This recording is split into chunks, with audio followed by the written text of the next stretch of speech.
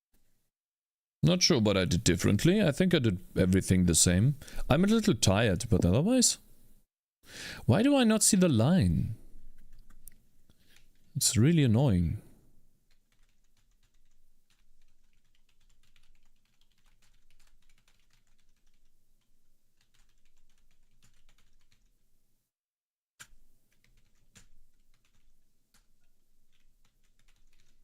Hello, Nix. Maybe he didn't sleep well. I didn't sleep that well, that's true. But I don't think that does anything. So why do I not see the line?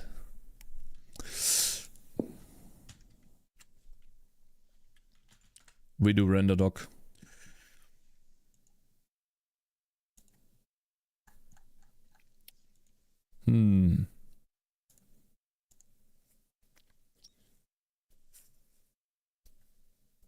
The bot figured it out even though I messed up the request.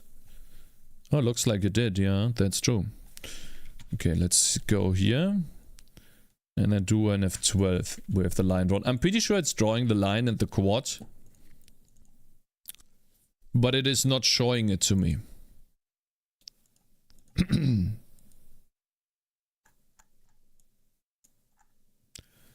Yeah, the lines are drawn. Look at that.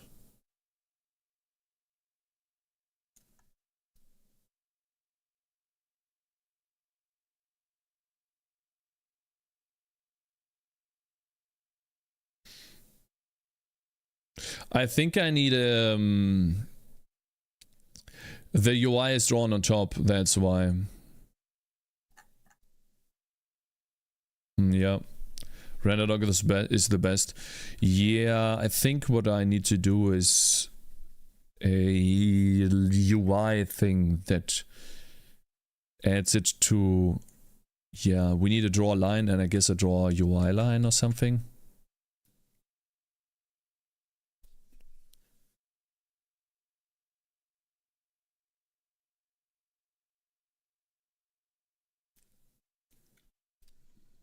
It's code duplication, but okay.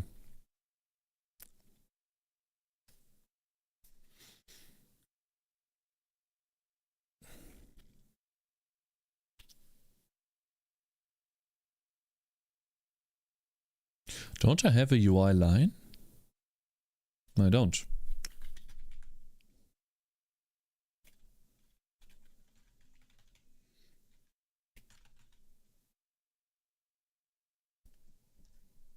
What is that? Why would you say fuck RenderDoc? It's a great application.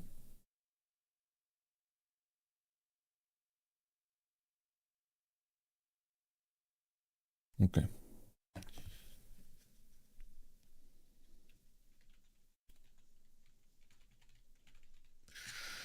Okay, so that was the only problem then, which is nice.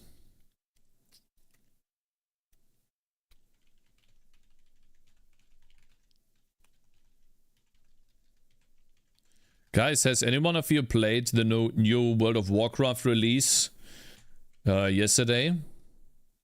-5 degrees today, but that's great. The Season of Discovery, I think it's called, or Season Journey. What do you guys think about it? Those of you who played it. I'm pretty sure almost no one has played it. From you guys. I tried it out for an hour. And then the servers... Brandon is hammering it. But it's only till level 25. Cryox, yeah. It's only till 25, right, Nix?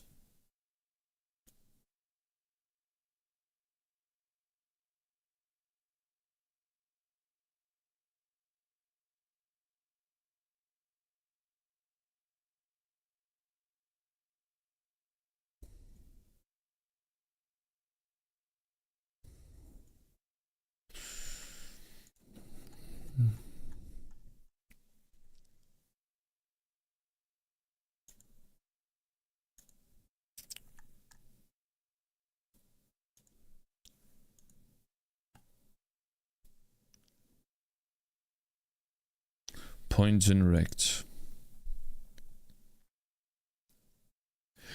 Ah, we have point and rect center. No idea. He just said it feels like they ripped off Ascension and passed it as the original idea. But you would know all about that, Cakez, wouldn't you?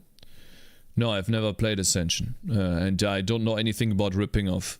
You're absolutely wrong. And it is very, very, very rude to say that, actually. Yeah. Thank you very much for following, Bloggy.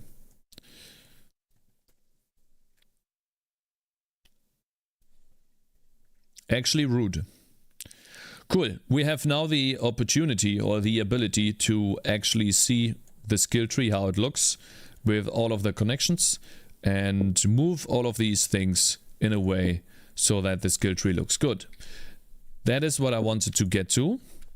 And now it is time to design a new ability.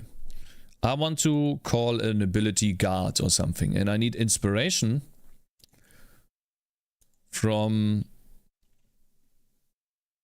Age of not Age of Empires. It is called Dragon Age Origin.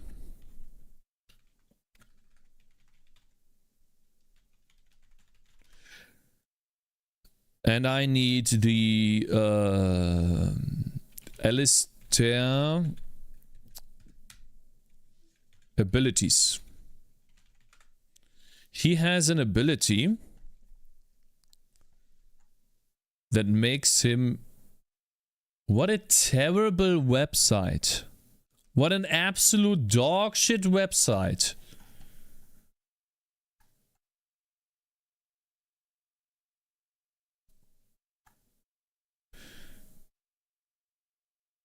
Shield block, shield cover, initial talents. I think we need to look at warrior, weapon and shield. Yeah. Warrior talents. There is one talent that lets you protect other people.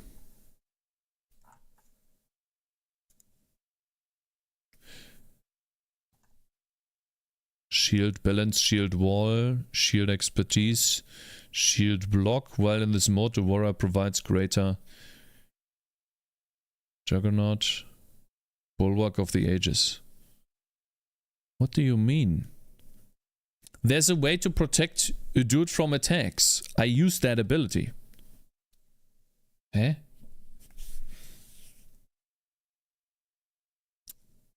Alistair's favorite.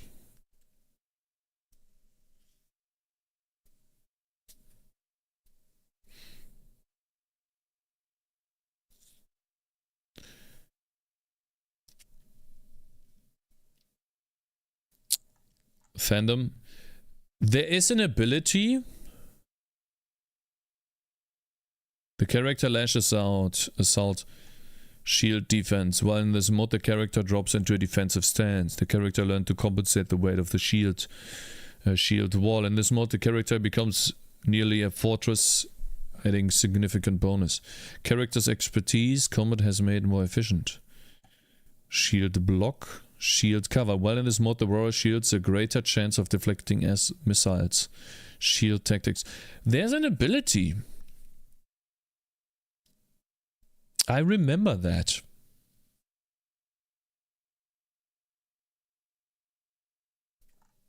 It's gotta be one of those then. The warrior's unwavering courage.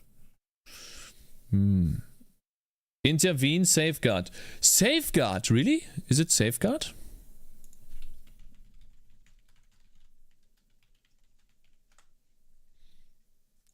I knew it!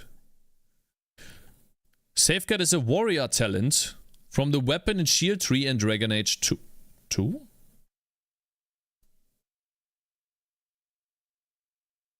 No. It's gotta be.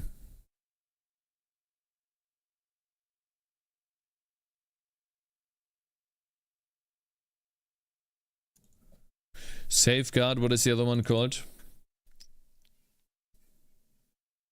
You don't remember jack shit, Mr. Goldfish? That has been like fucking years ago, bro. Intervene. Dragon Age Origins intervene. Intervene, save. Intervene, safeguard macro. I know that it exists, man. Is it not in Origins? I know that it exists in Origins, I'm pretty sure. Right? Intervene is in Origins. Wait, is it only in Dragon Age 2? I never played Dragon Age 2. Looks like it is. Only Dragon Age 2. And the safeguard ability icon looks dog shit. No, it's also not... this is not what I want. I mean, it is... You mean the skill to take an aggro? Yeah, the skill to trigger aggro, the skill to make the people that attack your dude, you take the damage. You put it on someone of your team, and then they get attacked and you take the damage. Or you taunt, something like that. But I don't think it's taunt. I can't type, man.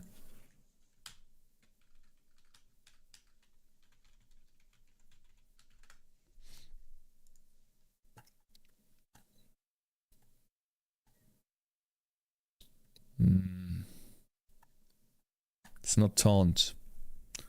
Like damage relay, yeah. A damage relay ability, exactly.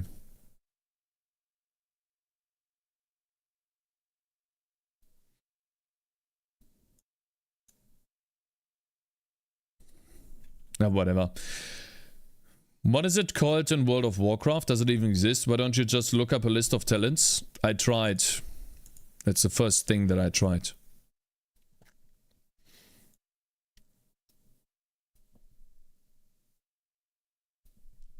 Intervene in Dragon Age of Camelot. Healer gets hit. You hit intervene and you have a chance for the ally to take all of the hits and add 40% damage reduction shield on the ally. Really nice.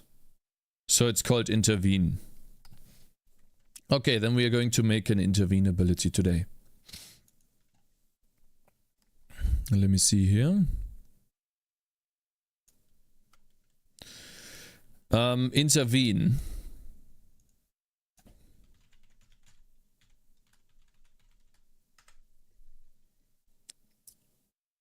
Oh, it's also a spell in World of Warcraft. Yeah. See, this is what I like. I like that icon.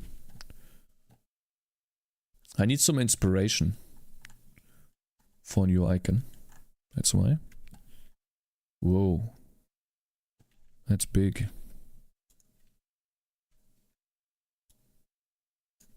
Guardian Shield. Is it called Guardian Shield?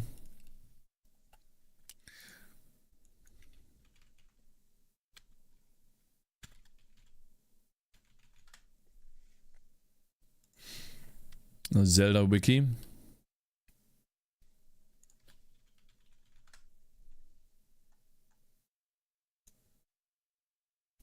Nah.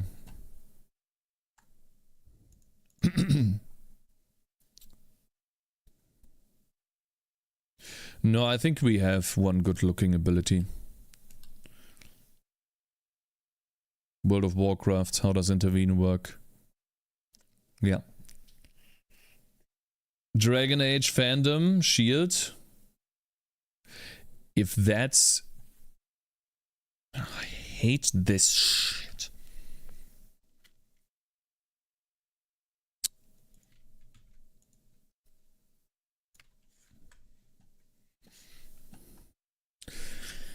Guardian's Shield. The Guardian dedicated to protecting allies builds a shield around a party member that absorbs an amount of damage. I remember this. See, I remember that. I knew this exists.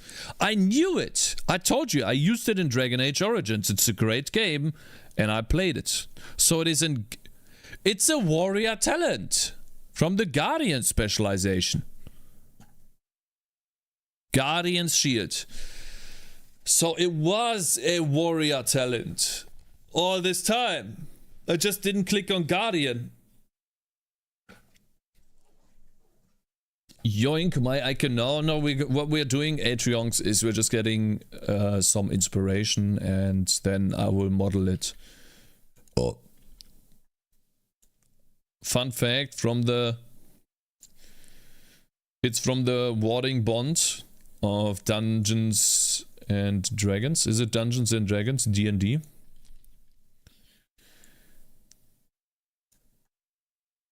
Yeah, all of those people saying that you shouldn't be inspired. Listen. It's dumb to say that. Alright. Which one looks better? I think this one looks cooler. Let's try to model it like that, in a way. But with an orange. So we need some sort of shield.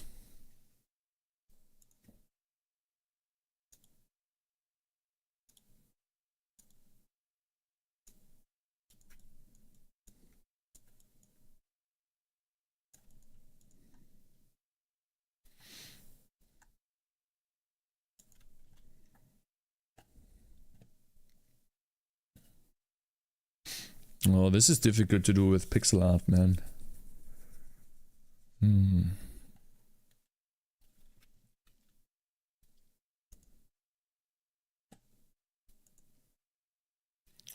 I don't have the brightness that they have. And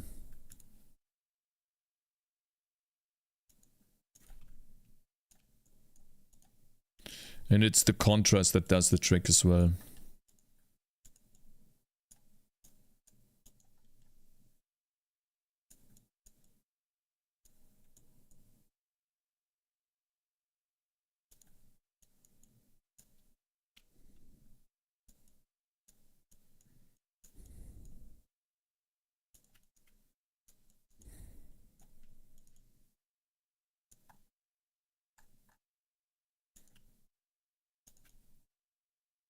Guys, what are we listening to? What is this? Are we listening to some classical?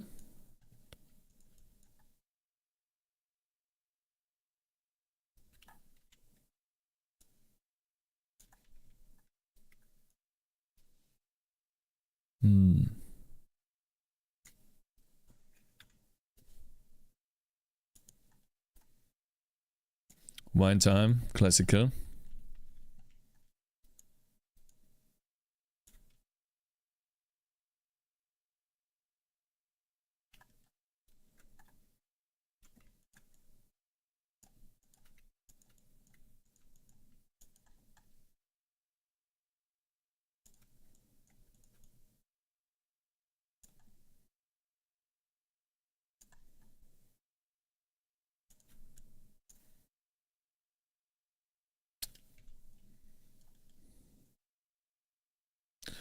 Yeah, we need to use the oranges in this context, not some human that's charging.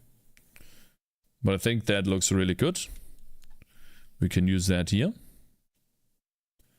In a way. And then maybe we make it so that the orange looks like it is actually really trying.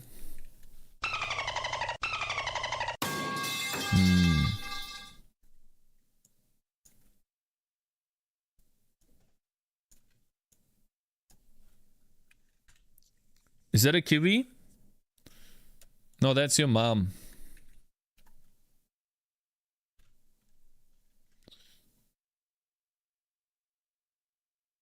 I don't think I can add motion to this guy because it doesn't look natural. If I try to add motion. You see that? Mom, is that you? Yeah. She wants you to clean the room and do the homework. Otherwise, no gaming today.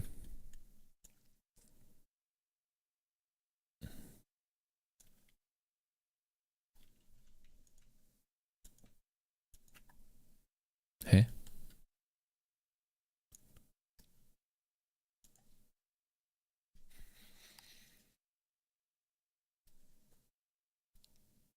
She'll bash my head with a shield if I don't. Yeah, exactly. Let me try something.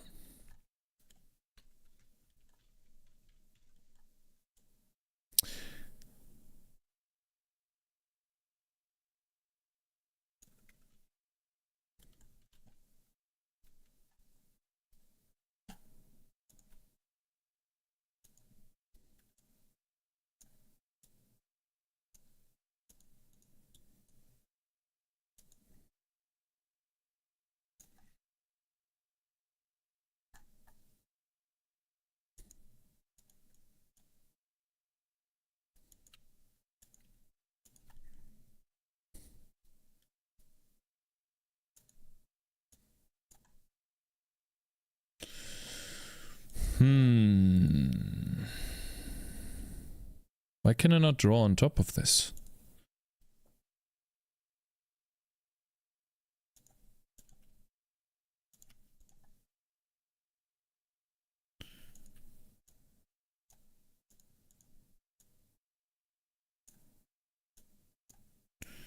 Alright, let's see. What do you guys think? Doesn't really look like he's holding a shield, in my opinion. It looks more like, I don't know. Doesn't really look that good to me.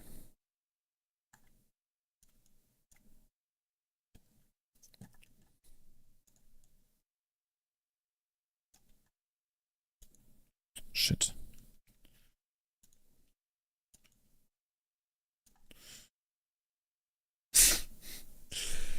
Give the shield a new angle.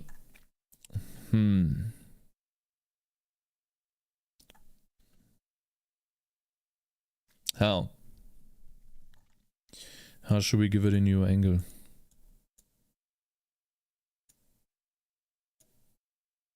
Maybe make it a bit bigger?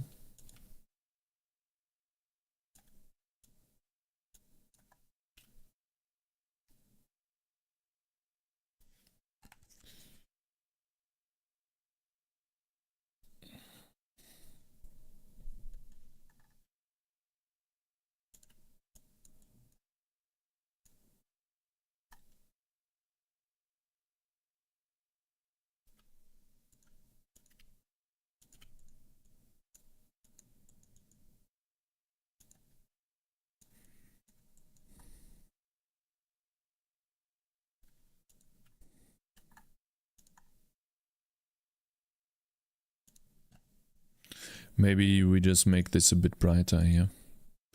Then it does look like a shield. Or we turn it...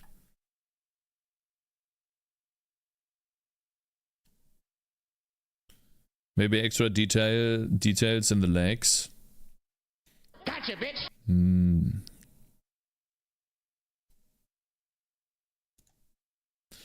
I have a feeling that maybe I should just make this bright here in some portions. Give it some motion.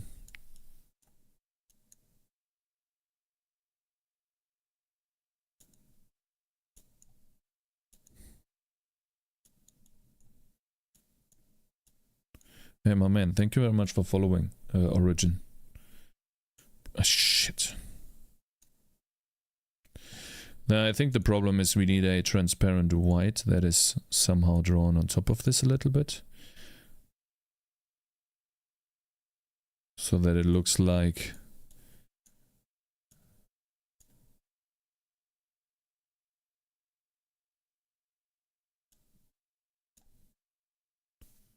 I think I like this.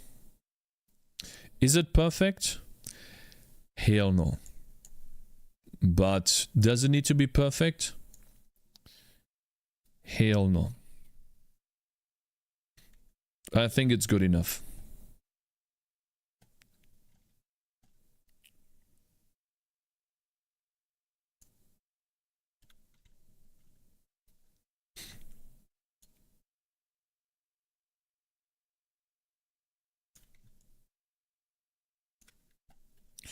Okay, cool. This ability is going to be called Intervene. Which means we're going to add one more to the game.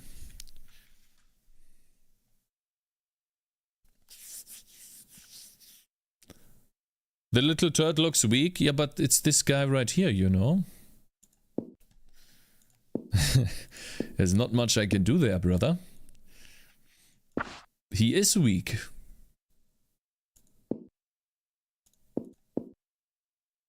So, when we click on this, there's going to be a new ability showing here. Soon TM.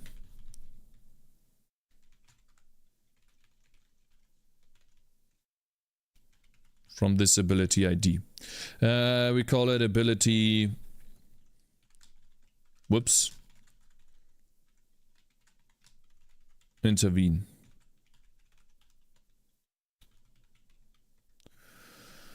Okay, and then we do create ability of type and add that in here.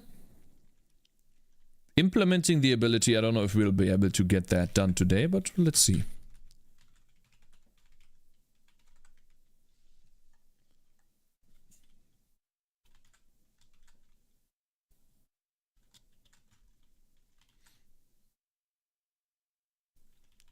Because the one problem with this intervene ability, I do not want to be able to use it on myself, because it makes no sense. So I need to have some sort of keyword or identifier that makes it so that, oh, I'm trying to find a target for the ability. The ability is a helpful ability.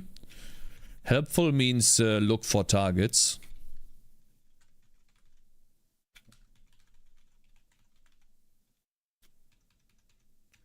It's a buff. And it's point and click.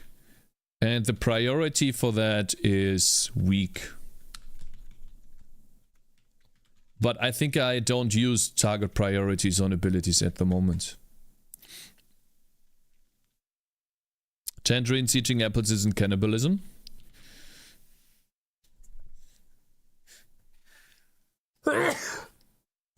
Oh.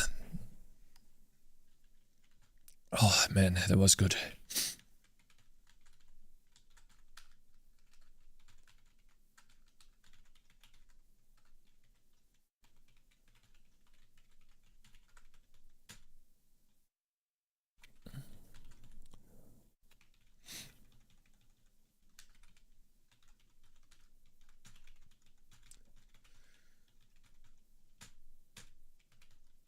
Am I so out of touch?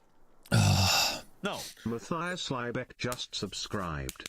Big tick support for 3 years. Thank you. Go Cakez 7 Shaw. Thank you, man. I really appreciate the support, bro.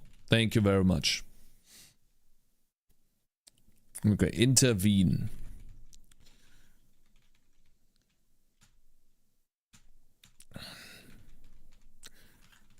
Now we need an ability description for that. Let's see. Attack and a close enemy dealing. Did the bot say 3 years? How are you? Hey, Erickson. I'm good. How about you, bro? Thanks very much for joining. Yeah, the bot is... It's a joke. Between 3 years, it's 3 months.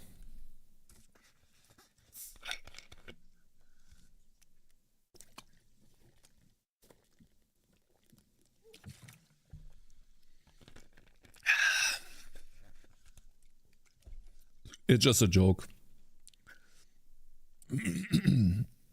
Take a close enemy dealing damage. The idea of this description is going to be guard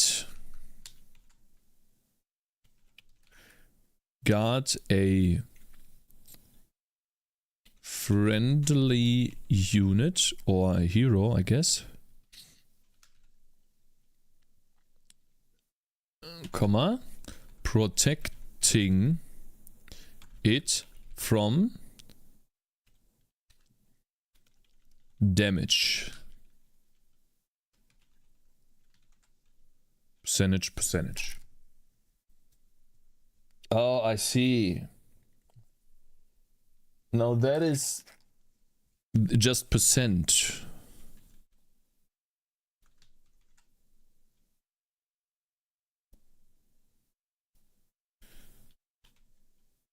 How do I guard a friendly unit? Redirecting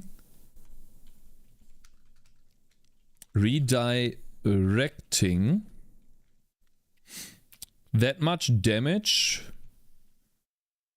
to the caster.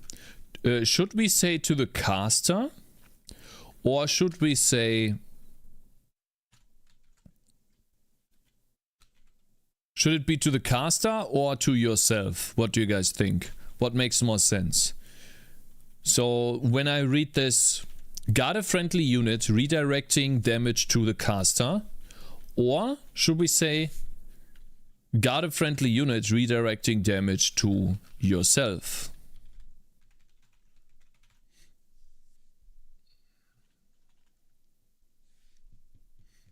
I think yourself makes more sense. Because to the caster makes it seem like it's not you, but someone else. Right. I probably write yourself for clarity, yeah. Me too. What you're suggesting is a fantasy war. No, the reason why my oranges fight against the skeletons is because skeletons are cool. That's why. I don't want to fight against some stupid bananas or whatever. I don't want to draw a fucking banana when I try to come up with a cool enemy. I want to draw zombies, mummies, skeletons, dragons. I want to draw all the cool stuff. No. Ilas_42 just subscribed. My man. Big tick support for 2 years. Thank you. Thank you very much for the support, Ilas. I really appreciate it, man. Puns, penis. Cakez is a clown. How are bananas stupid when your main characters are oranges? Because they are supposed to be cool looking enemies. And the heroes are supposed to be cute looking. That's why bananas are stupid. Okay? It's obvious. Why do I even have to explain this? Zombies and skeletons are cool. People in chat today, man. Cringe.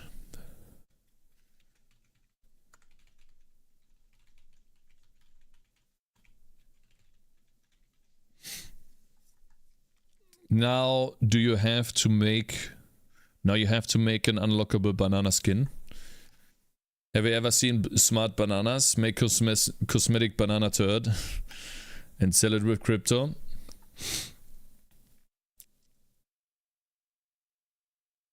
Bananas have never been cool. What are you talking about?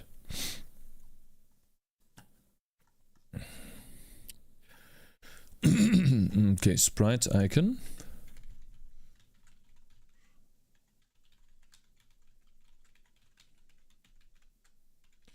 Intervene. Enemy underscore default. Boom.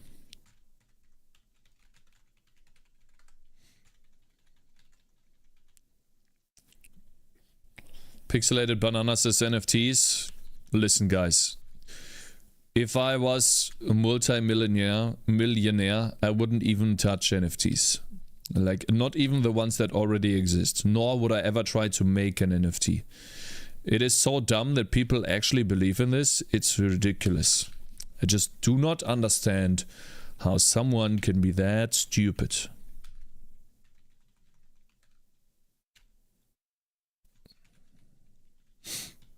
Weird. Just weird. How does it even work? I just don't understand. I guess it's the same thing as with money, where money is something only that has value because everyone believes in it. But how does anyone even believe in a fucking picture being worth money? And the picture doesn't even look good. NFTs are Pokemon cards, basically. But yeah, but without the backstory of Pokemon. Like, how does it even work? Like, how does a single person on this planet believe it? That's what I don't understand.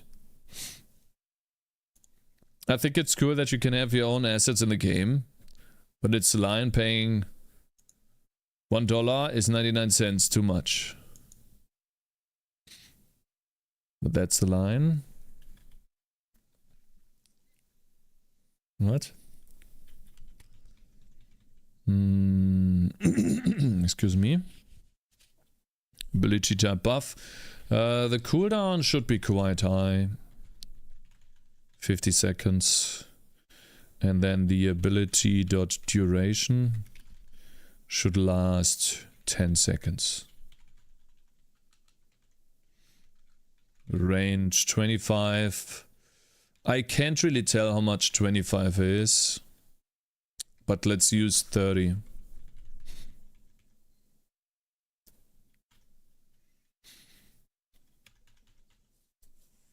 Okay, now we need a stat. A new stat, unfortunately.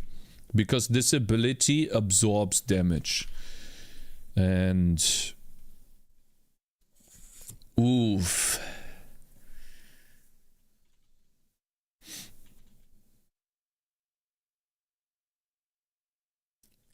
I think I'll put it close to attack or something. Where armor is, stat, damage, absorb. Damage absorb. Or damage reduction. But if I introduce damage reduction,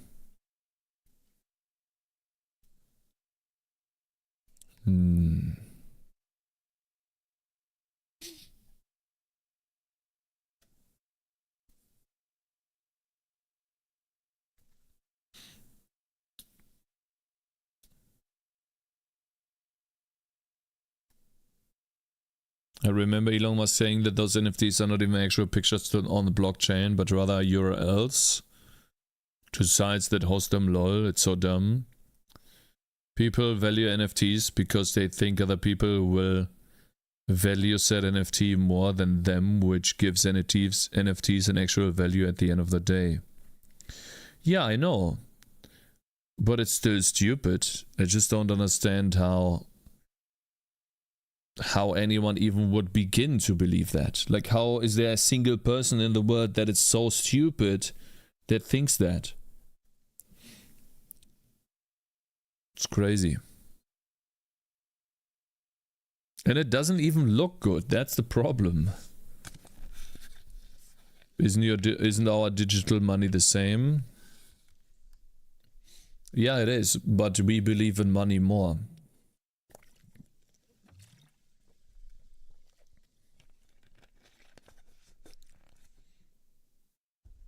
Wanna buy my NFT cakes? Sure. I finished Jesus. Nix. Think about what you just said. The I finished Jesus part. Think about that for a couple of minutes. Okay? Yeah?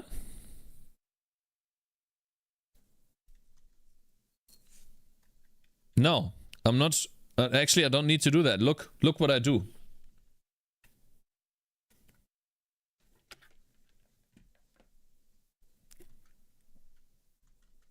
All right, let's see here. We need a stat, I think.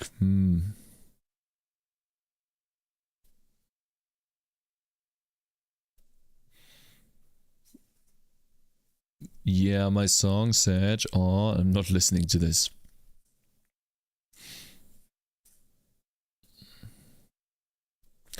Damage absorb. I need a stat that allows me, that always takes into account how much damage someone is absorbing from something. Or maybe we just call it stat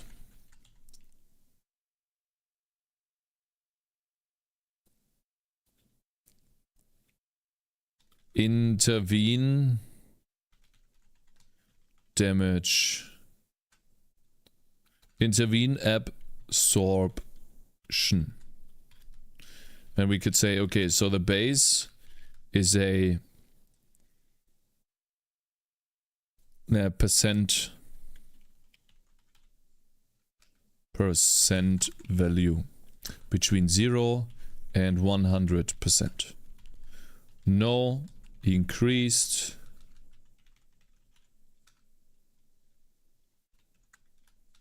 no more. Intervene absorption.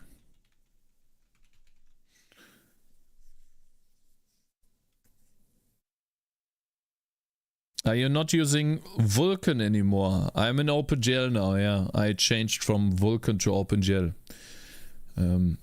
Because I like it more. It's great.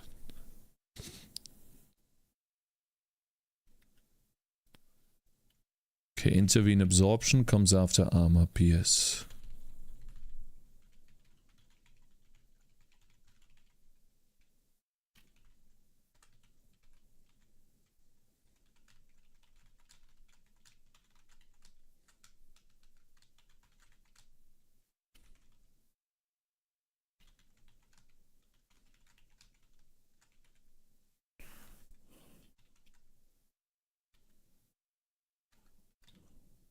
Guys, how do we write absorption? Absorption, right? Like this. Absorption with P. Absorption. Nah, I'm right. Absorption.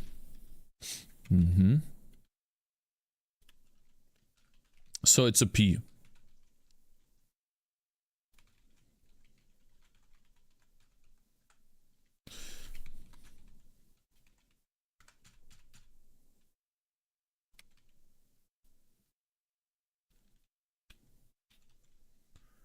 Okay, then we take that.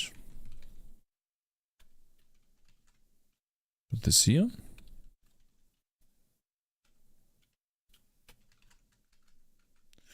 Guys, I'm currently working on the Godot game video, guys. Intervene. Up. Damage.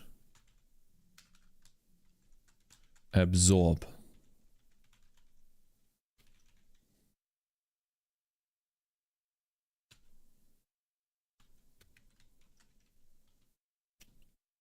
Start. Intervene. Damage. Absorb.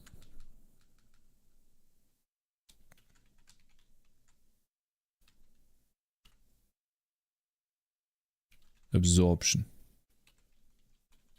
And then we delete that. Base increased and more,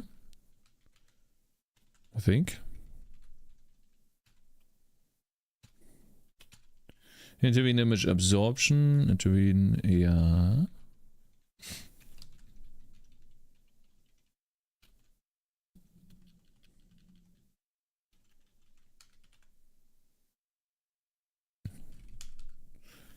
Goodness. Intervene damage absorption base. Intervene damage absorb. Then those two will not be filled in, but we still have to supply them here.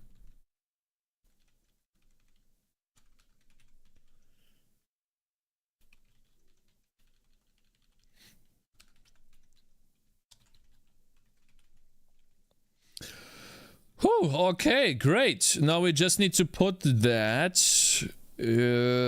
here. Strings dot name intervene damage absorption. Holy shit. Very long stat name. But we should be able to now have that stat in the game without the game breaking. Which the game breaks because obviously I changed the amount of stats that we have. Is your player playing or studying physics? It's absorption.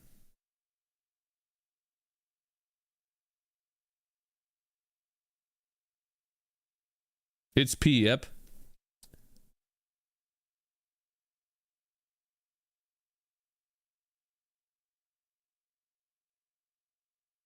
Is it B or P now?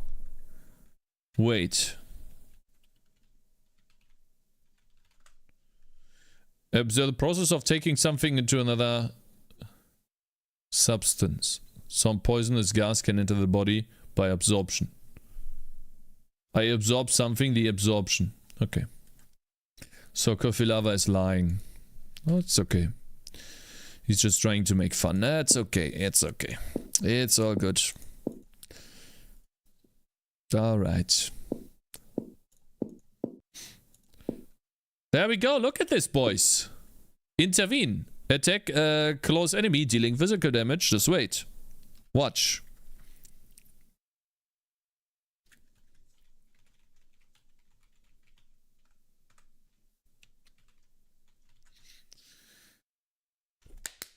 Yay!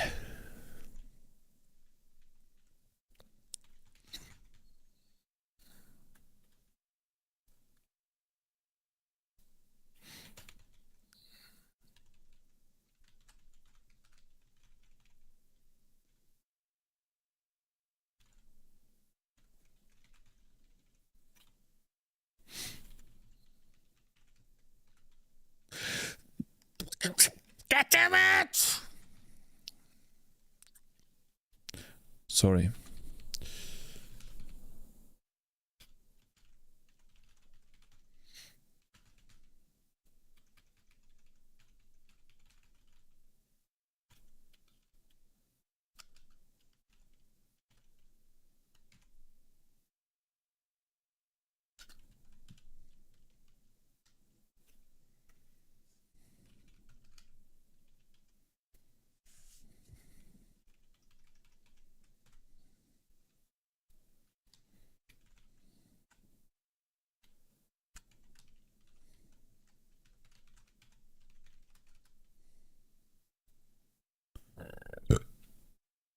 Good.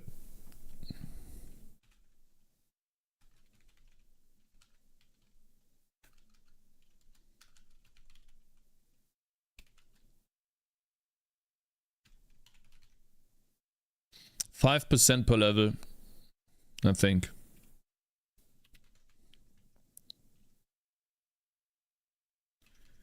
Then we do absorption. Here.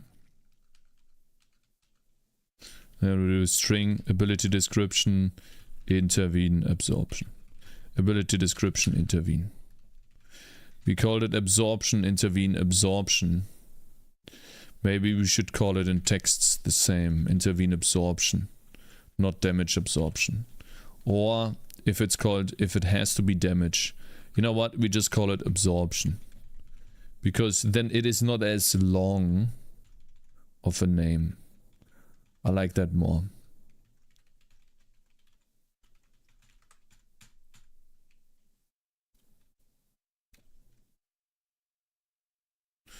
Intervene, absorption.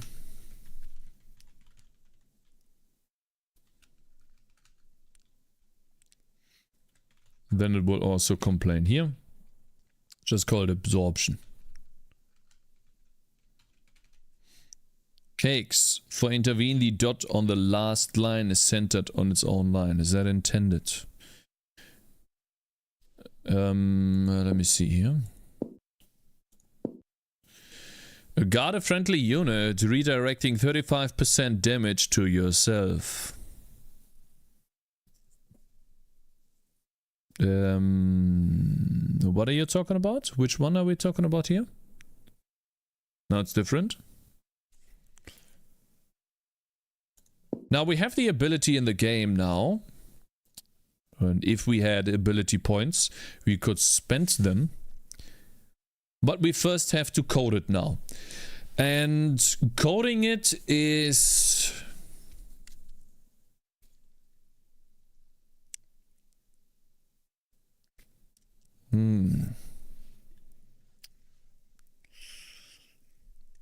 Well, I need to apply a buff to a target whenever I activate intervene. So coding it basically is activate ability. We call that function. And then we need to check what ability do we activate. For example, intervene. What do we do? Well, first we have to check if we have a target. Good.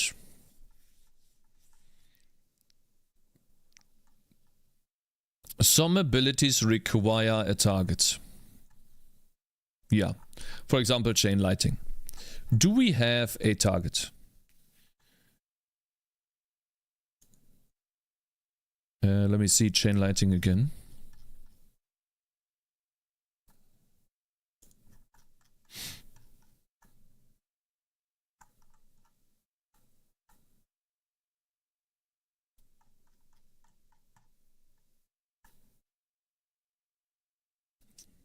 Heal.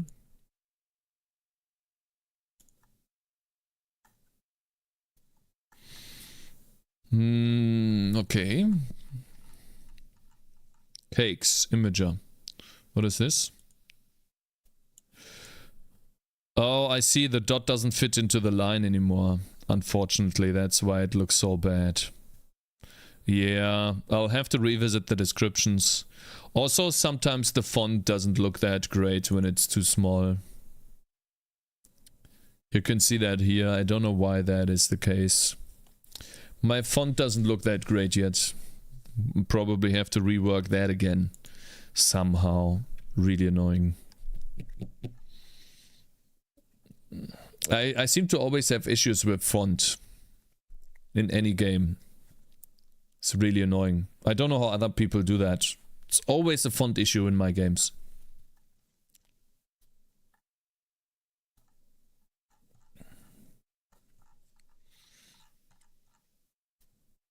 Can ability be activated? Yes. Then we remove the energy.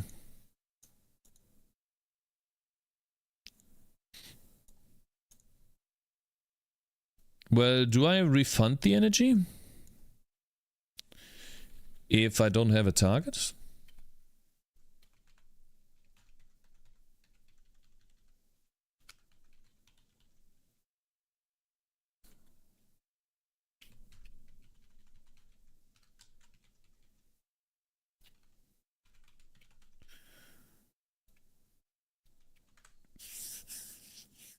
Are you on track on finishing the demo? Maybe. Most of the stuff from the rework is done. I do have some UI code changes still. We'll see if I'm on track or not. It all depends. I don't want to push myself too much or force it too much. First and foremost, what is important at the moment is that I find like a good workflow that works for me. I'm currently in the developing that.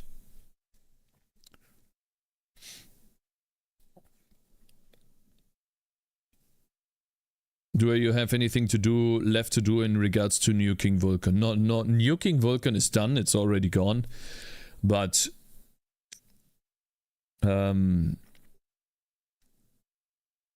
implementing features that have been implemented before in the different UI system, that is what I need to do. For example, the game over screen is completely broken. Some option screens, UI elements are broken. The tile editor is broken, or in a way broken that it doesn't function 100%.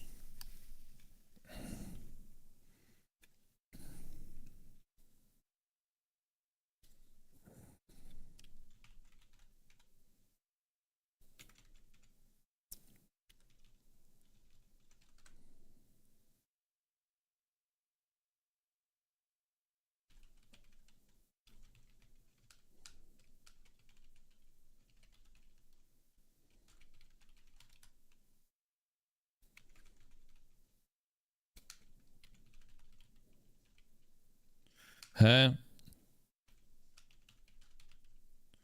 I shouldn't call it activator. We need a buff. Okay, so I want to apply a buff to a target over duration.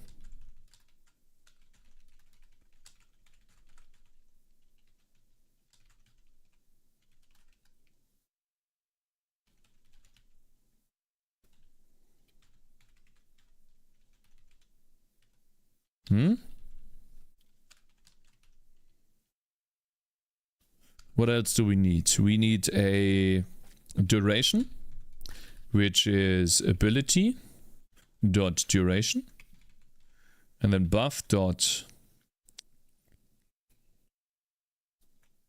time type. Type is, I guess, the most important one. Buff type. Negative buffs, none. Positive buffs to do. Yeah, I don't have a positive buff yet.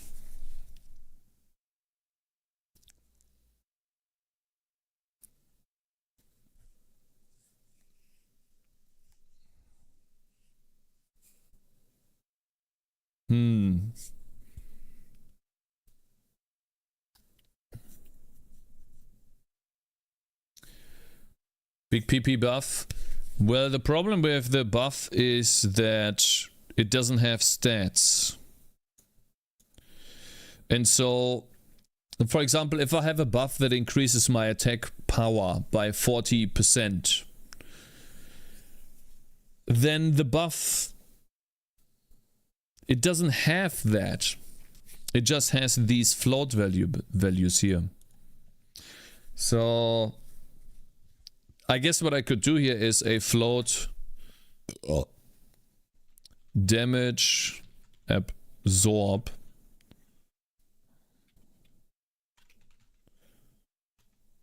and I could say, okay, fine, whenever we apply that, we set the type to buff type. This is a positive buff.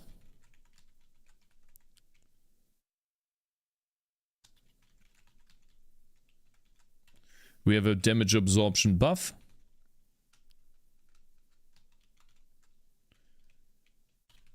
And the buff dot damage absorb effect is the ability dot or get stat value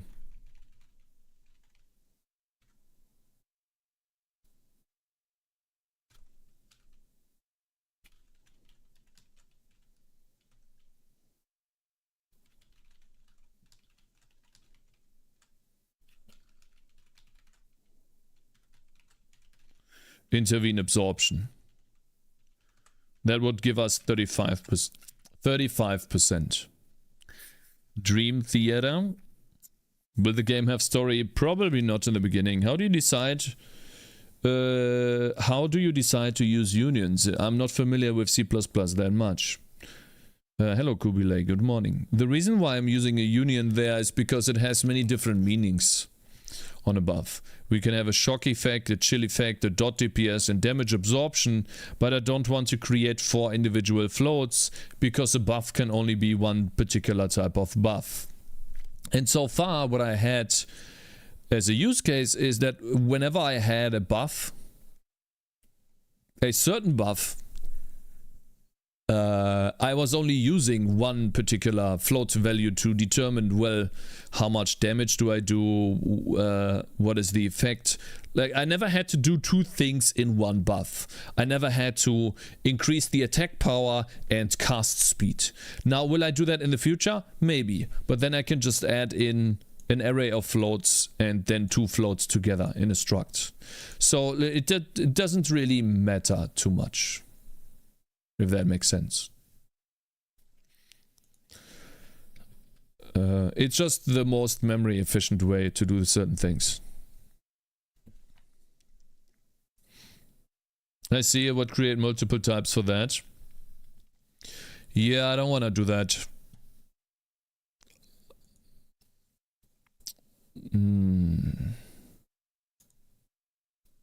The easiest way would be that the stat just affects the buff just affects a certain stat, but then the buff also needs to have an array of stats that it can affect, which makes the buff very big.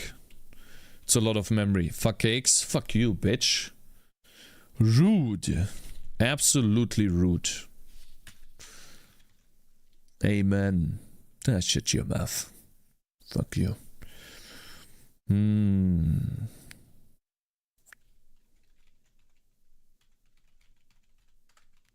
Creatability of type. There's one thing that I shouldn't do on this ability intervene here. I should not add the unit stats to this stat because it is a purely, this is a pure buff.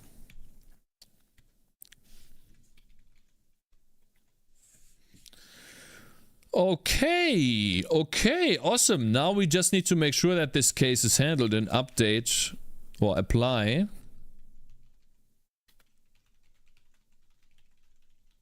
buffs. This is a switch case statement that goes through all of the buffs and does certain things. Case, buff, type, damage absorption. Then we, on the entity stats dot values on stat intervene damage absorption dot base plus equals b damage absorb break. Now we have damage absorption, a generic damage absorption buff. Maybe we also want to draw an animated buff like this. You know, just draw that as a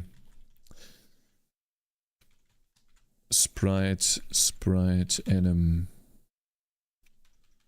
What do we have? Ice spike, lightning jump, mission waypoint arrow, blood drop burning, earth spike, firebolt, poison bubble, regeneration, shock, sparkles. Maybe the sparkles, they look cool. Stun, chilled, ember, flag, frozen, ground slam, slash, star. Let's try star. Variants are better. This is just a, isn't it just a C++ wrapper over something that is already existent? Okay, and then the inflict damage function. Every time we calculate the resistance, let me see.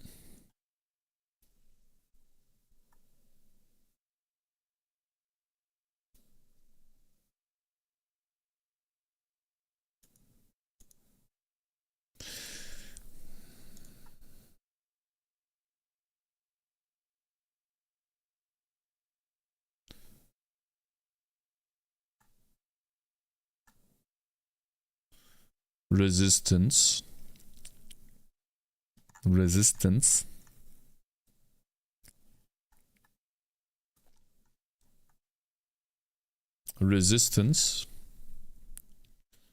Okay, what am I doing with the resistance? Damage multi plier.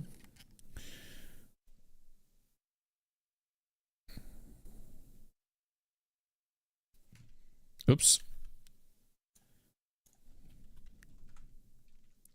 Float damage absorb is get stat value on the target stats dot values on stat damage absorption. Intervene absorption. So now that we have damage absorb, if damage absorb is greater than 0,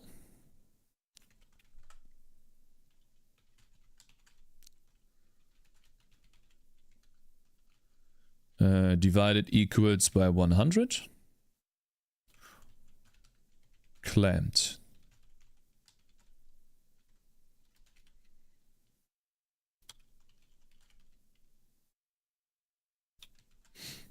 Between 0 and 100. Between 0 and 1.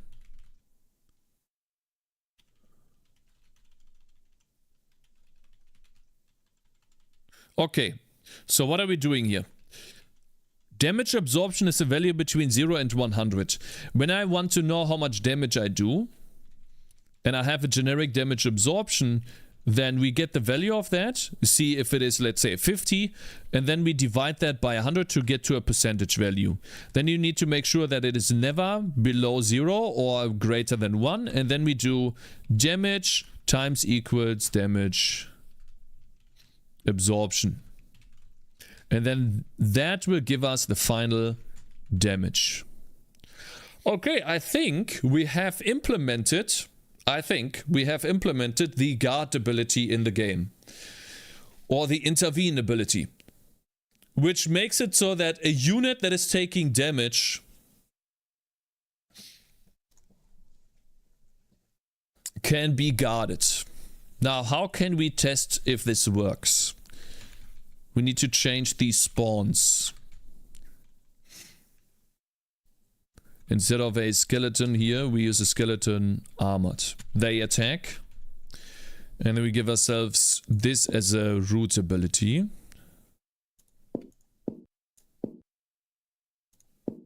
Which makes it so that this guy has intervene. as his basic ability. Guard a friendly unit, redirecting damage.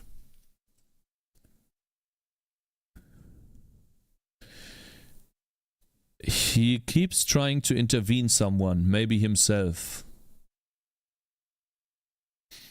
Yeah. That's a bit odd. Also, the cooldown is 50 seconds.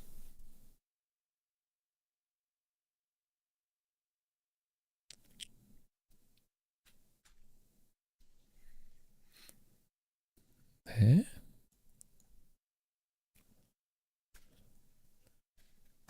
Hä?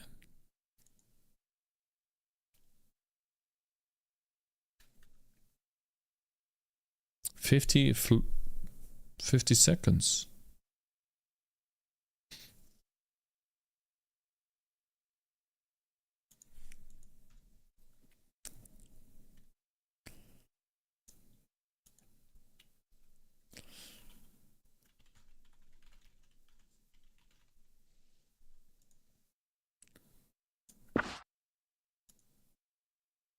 He's not finding a unit here.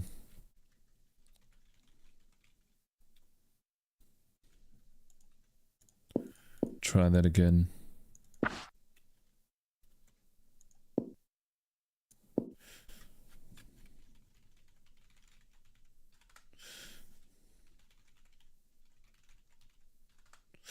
Oh my God! Sorry. Really annoying. God!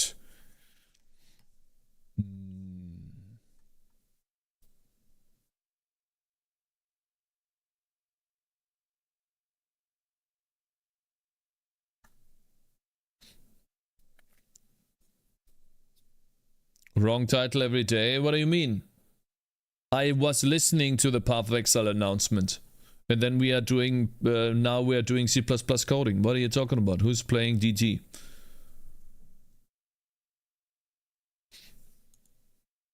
What do you mean? If you want, I can change it back. This, look here, C++, tower defense. You happy now? There we go. Done.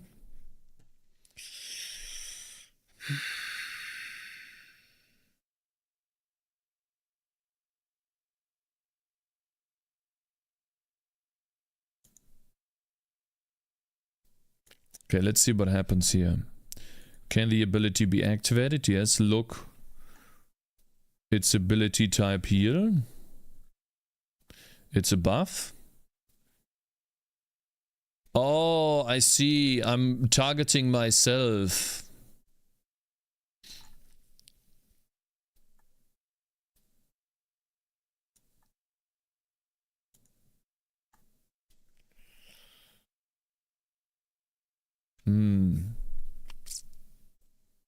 Title, I'm only sleeping. Now I'm just trying to make a new ability into the game. I guess C++ tower defense game. New abilities. There you go.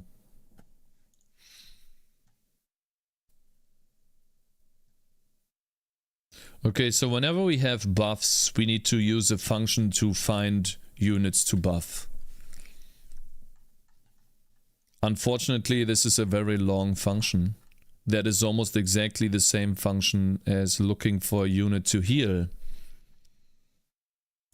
First, last, best target. Skip targets out of range, skip targets at full HP. Yeah, because it's not a heal.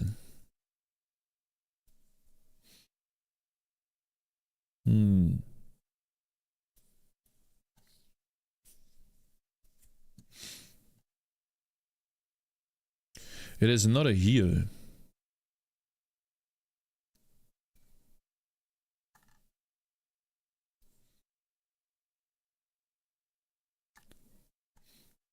How about this? Bull, skip, full HP is true by default. right? And then instead of checking whether the target is at full health, we need to first check, do we skip? Is that health full, and do we skip at full HP? Then we continue. So now we are also looking at ourselves. But what about ourselves? Because I don't want to be able to heal. I don't want to be able to target myself. I can add another bull, but it's also bad. Bull, skip yourself is false by default.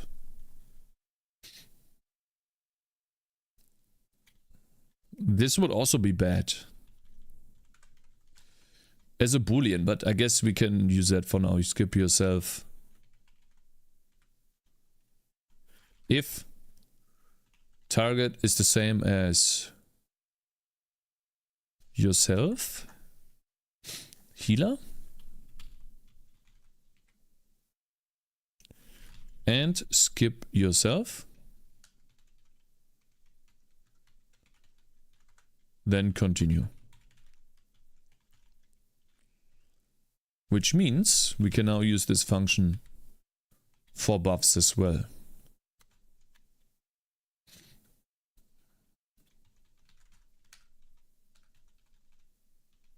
Look for hero to heal. The healer is ourself, the hero. And then the boolean skip full HP is false. And skip yourself is true. But not always.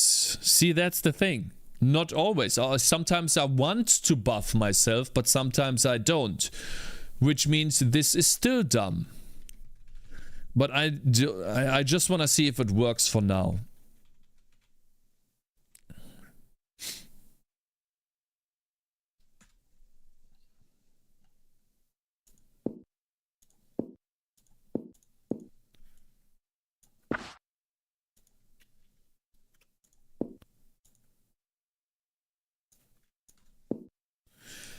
Okay, it looks like I was able to find the target.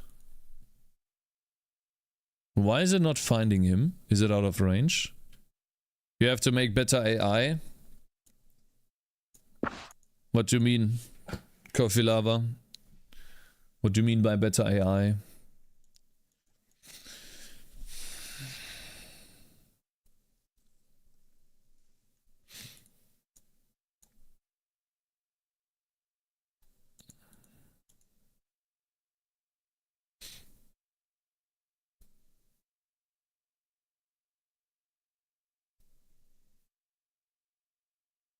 I need a target on a buff, I guess. I need to know which units to target.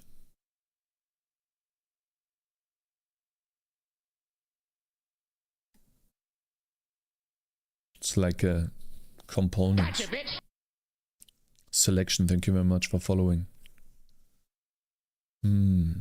So apparently it is not finding anything here. Tries to find for an ability target. Let's see what happens here. There should be multiple heroes.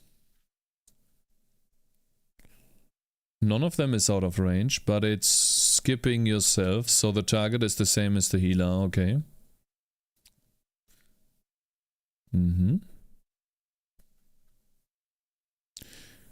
Oh, I see. Skip at full HP false. Oh, we have a best target. Lol. We already have one. Okay, what happens then?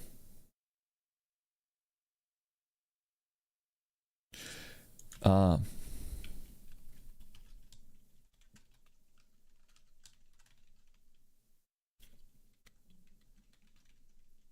There was the issue. Skip yourself, yeah, looking. I need a better way of handling this. I just added 2 booleans. It's literally just a mask.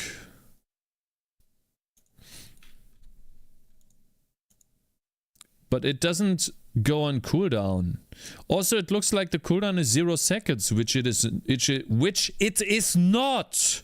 It is not 0 seconds.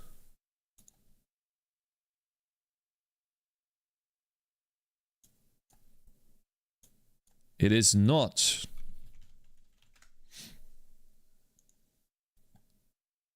How?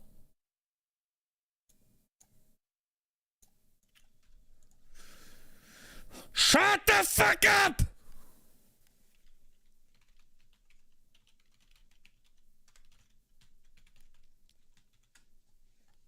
Okay, sorry.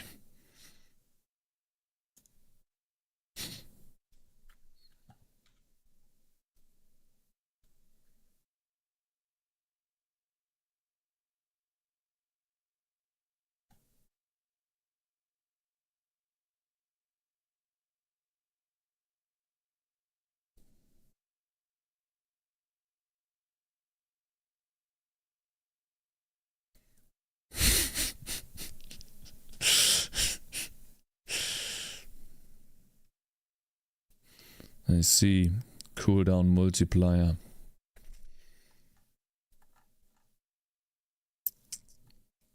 Failed getting data. Why? I see now.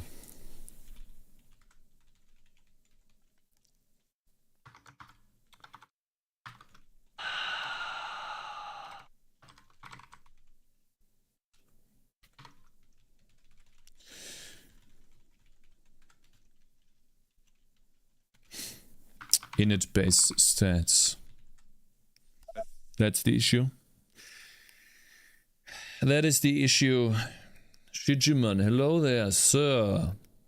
Good morning.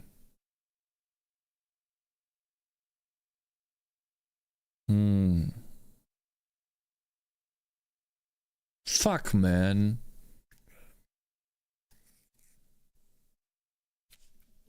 Coding problems, guys. Coding problems. I didn't foresee this. I did not foresee those coding problems with a system that I was already using.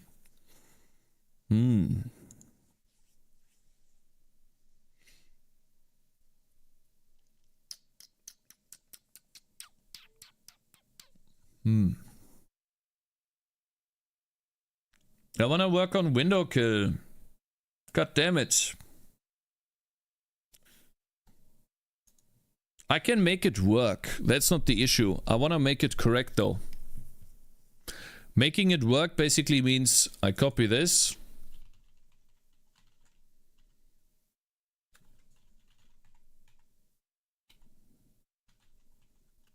And put it here. Then it works. But that's not the correct way to do it. What the hell is Windowkill? Challenge yourself. Oh, awesome. It doesn't work at all.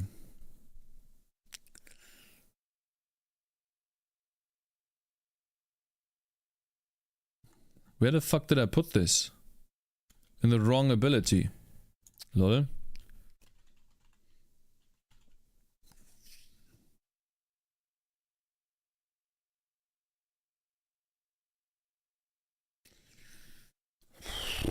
God, if I'm...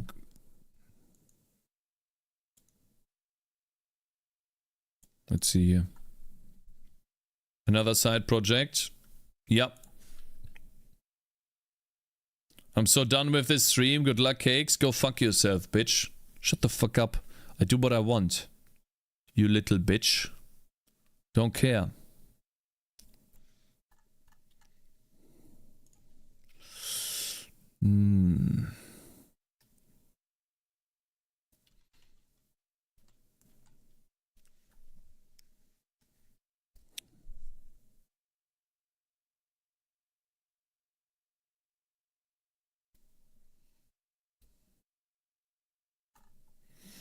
Okay.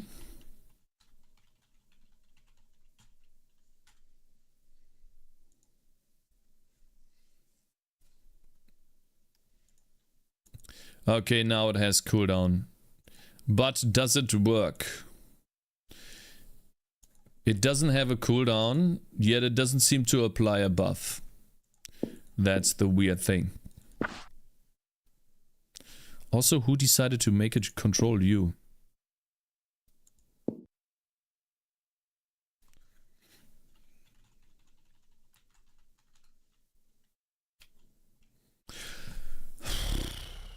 I keep fat fingering things. I feel this new kid's hard rock music is rubbing our old man Cakez here the wrong way. Skip.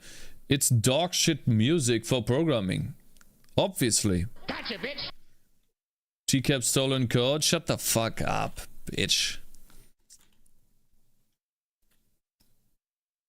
It's a dog shit music for coding. Makes me heavily consider if I ever want to do song requests. It makes me agitated more. This music can be like played, I don't know, World of Warcraft or even Path of Exile. But not like this. Stop crying and skip it. No, now we're listening to it. That's okay.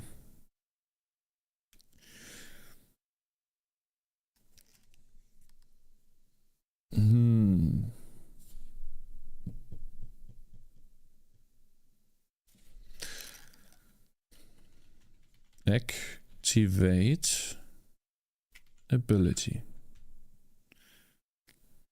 It should happen here, right?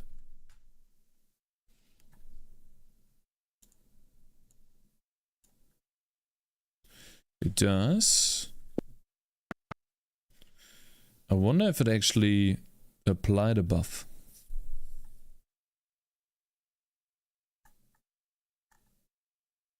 No buff was applied.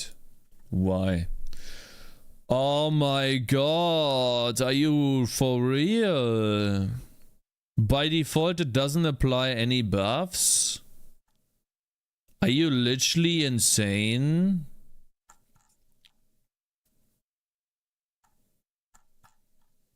Oh my god, this... Who wrote this shitty code, man?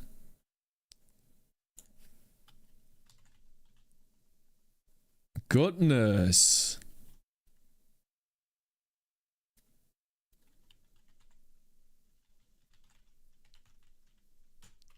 Obviously then it doesn't do anything.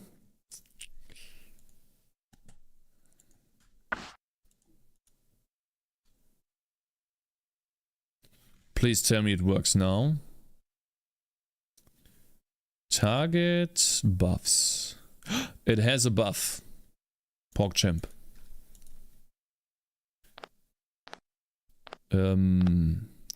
Why are they not attacking? They are supposed to attack my dudes.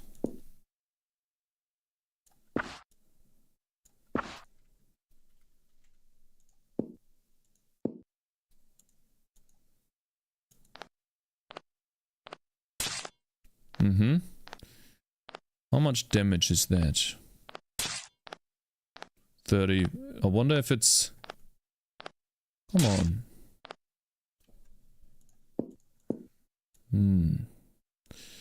I need to put them close enough so they both get attacked.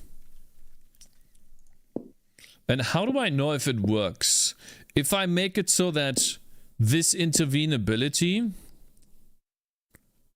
I don't think it works.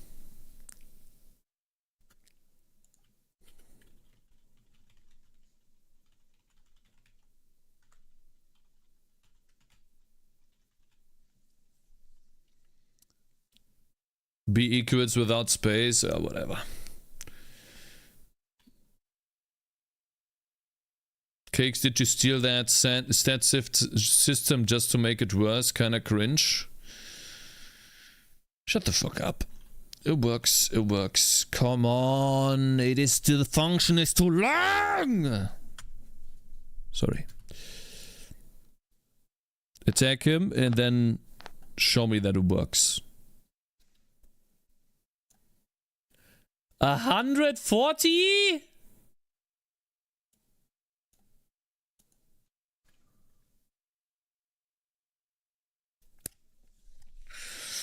Of course. Of course. Of course. Of course. Of course. Of course. No, the reason why it is 140 is because I keep adding damage absorption to it.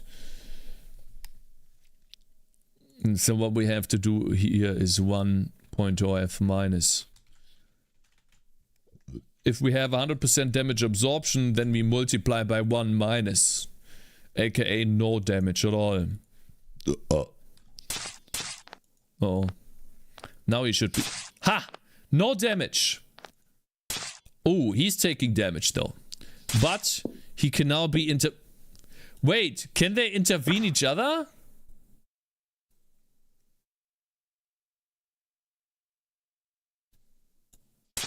Hey! Intervene him, you dumbass! Whoa!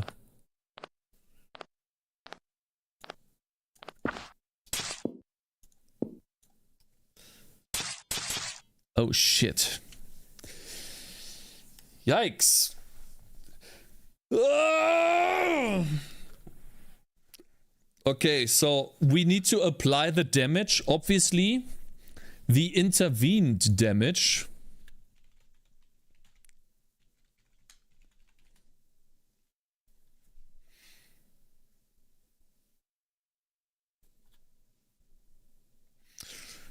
intervened is damage times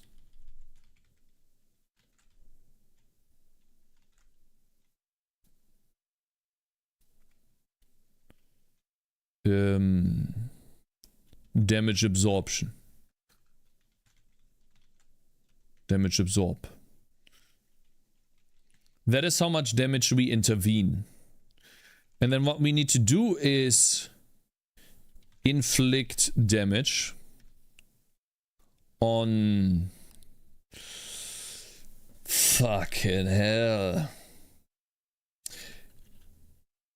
How about this? Buff.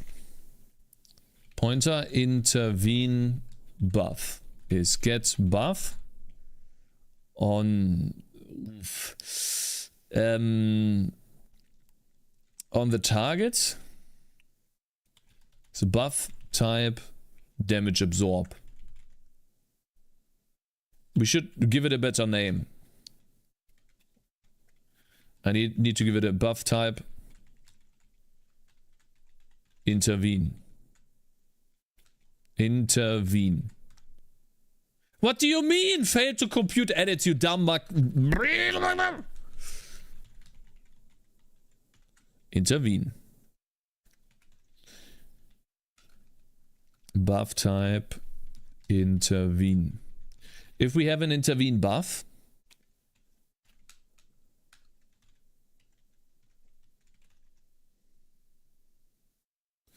then we need to get the damage absorption from that intervene buff.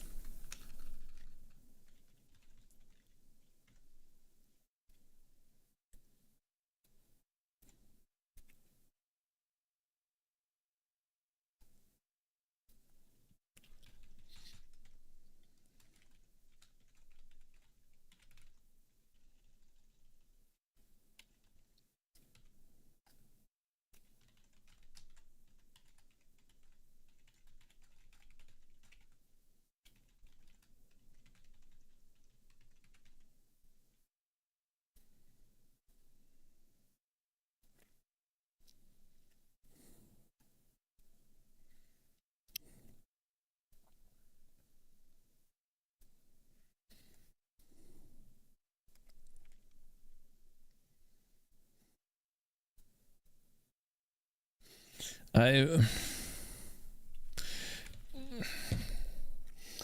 can't think, guys. I have a problem. And I can't describe the problem. It's shit. The system that I'm building right now is shit. God damn it. This intervene thing is cool, but it's also badly made. I can explain to you. So I have an intervene buff which gives us a percentage value, and then I turn the percentage value into damage multi, like damage absorb multiplier. Yeah, this is how much damage we have intervened. Then I need to get the buff owner.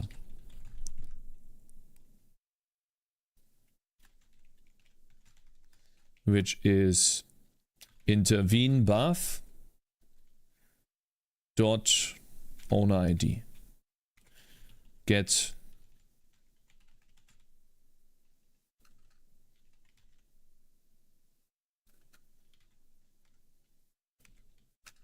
entity. Then when we have, if we have a buff owner, yeah, all of this has to happen. Then we need to inflict damage on that buff owner, which is the amount of damage that was intervened. And the attacker is, I guess, the attacker ID. And then stats. Now, what are the stats? I guess we just supply them. Not sure. And then the hit type is a dot. And the damage is going to be the damage intervened.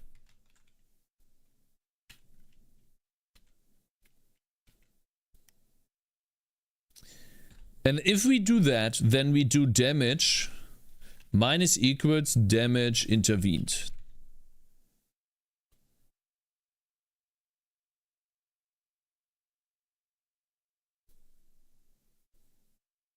That is all we have to do. We don't need any stats. Intervene. Isn't that great? So we didn't even need a stat to begin with. Intervene this. You get the buff of an entity target, then you get the entity target of the buff. No. Also have errors.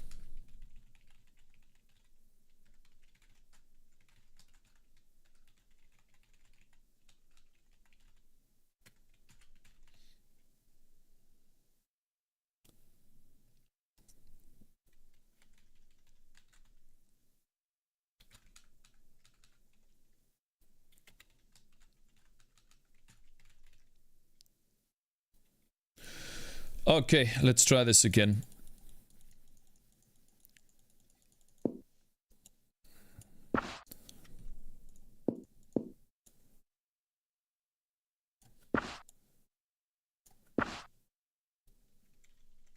You get the intervene buff.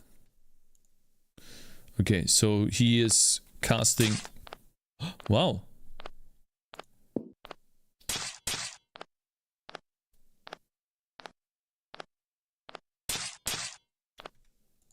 He's still taking damage. So if I take 35%.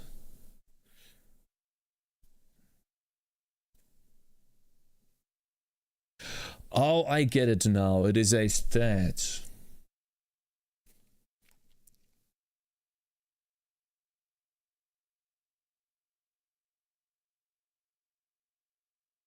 Have you ever sat in the urinal and split streamed to another person's shoe?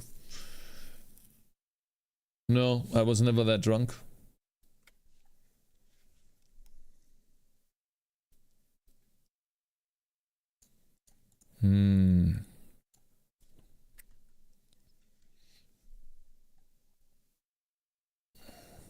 Let me think.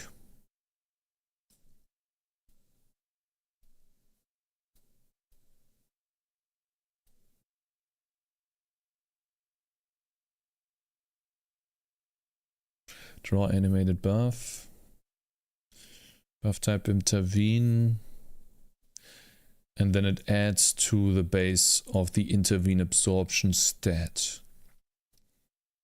Which means we don't need to get the buff, but we need a buff owner. We need to know at least one buff owner. What if we have both?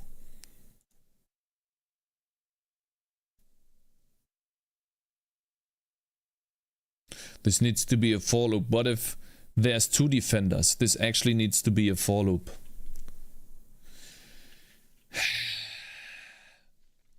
How does that even work? I guess it's multiplicative.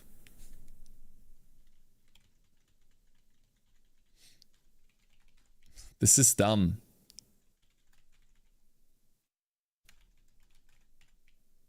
No, there can only be one intervene buff on... Wait.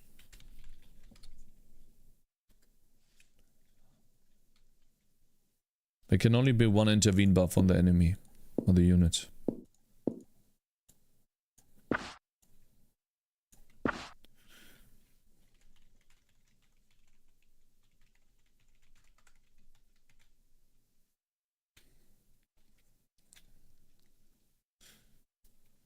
I have an idea. Every time I add a new buff, case buff type intervene, this one has a special case. If buff intervene buff pointer, buff pointer intervene buff, if we already have one, is get buff on the target, buff type intervene. That's how we do this here, right? If buff 1, yeah. If we have an intervene buff already, then we just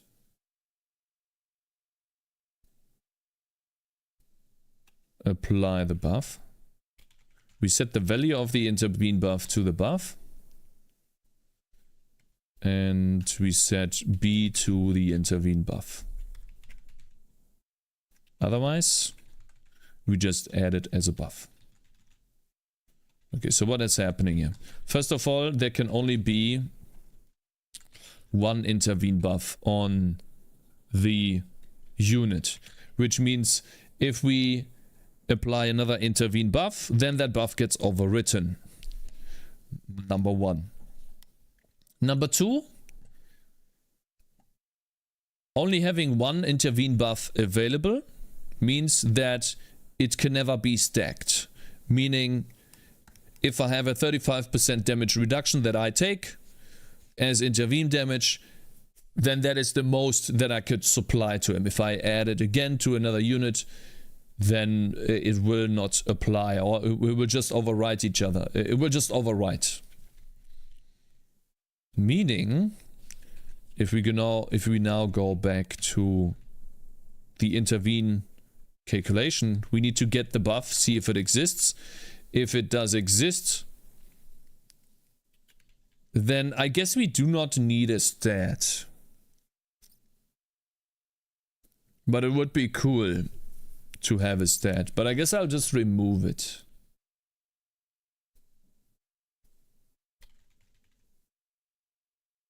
I'm going to remove the stat.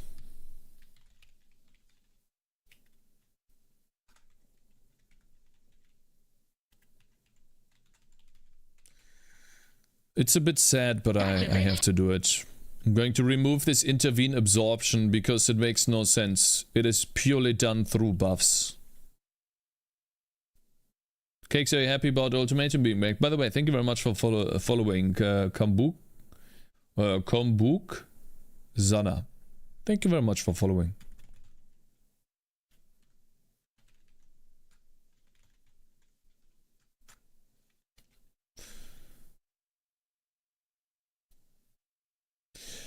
Oh. We need a stat in order to know how much we are intervening.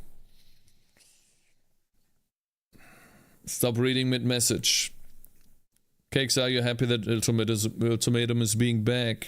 Now you can die on white maps instead of yellow maps, which is a nice excuse to quit early. Yeah, shut your mouth. I will not die that early, but I'm very happy about that. I'm also very happy about the skill changes. Yes, I really like that.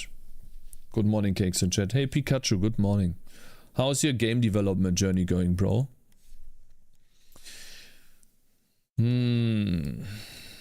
So I need to know how it is affecting, how this ability is changing. We need to get that, and we need to have that stat. Okay, we'll keep it. We'll keep it. It works with the stats.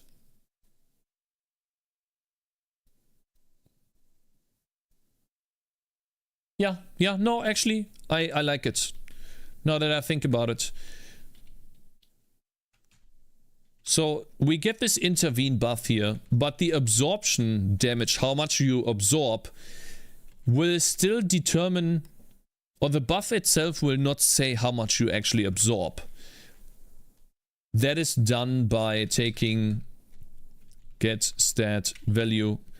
So, for example, the target of the intervene buff could have an item that makes intervene more powerful.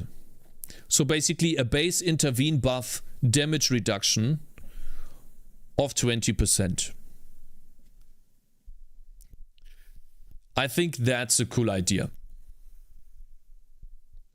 If we ever use that, don't know.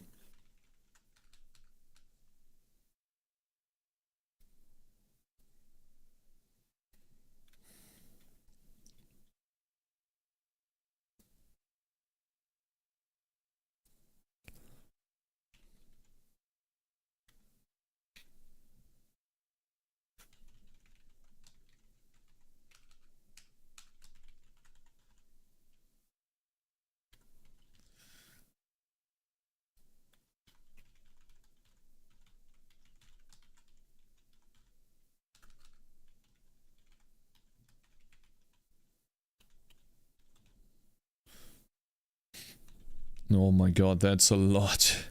Yeah, I wanna put this in multiple lines. And this is called values, not value. We use the intervene absorb. There we go. Okay, so we take the intervene absorb, which is a percentage value, turn that into 0 to 1, and then multiply that by the damage. And then you inflict that damage on the buff's owner.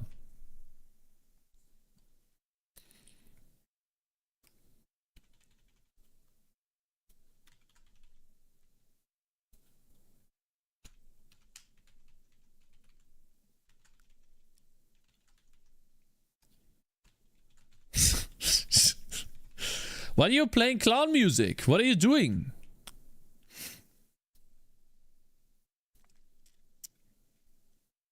All is well, thank you. That's great to hear, bro.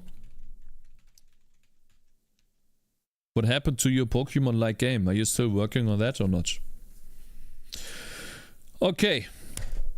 Let's see if it works.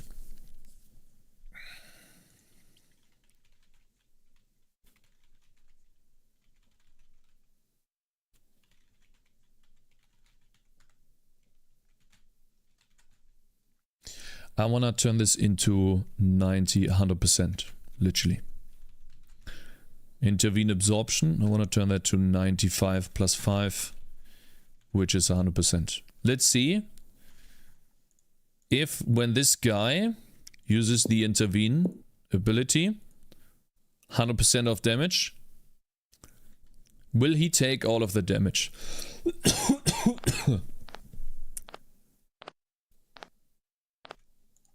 Fuck you.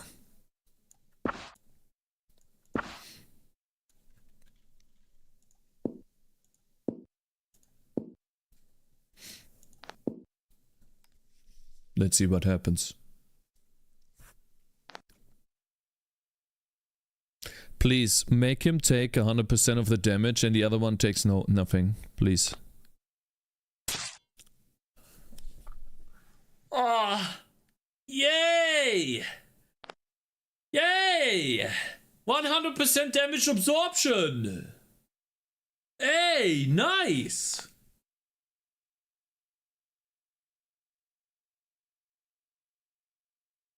Now, why is this such a big deal?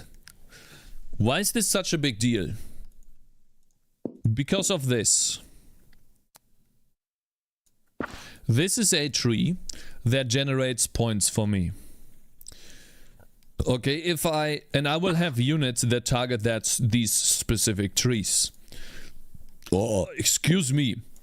And if I put a buff on this tree so that it is being attacked, or no, that it is being protected, then they can live longer without dying. Ah! Isn't that awesome?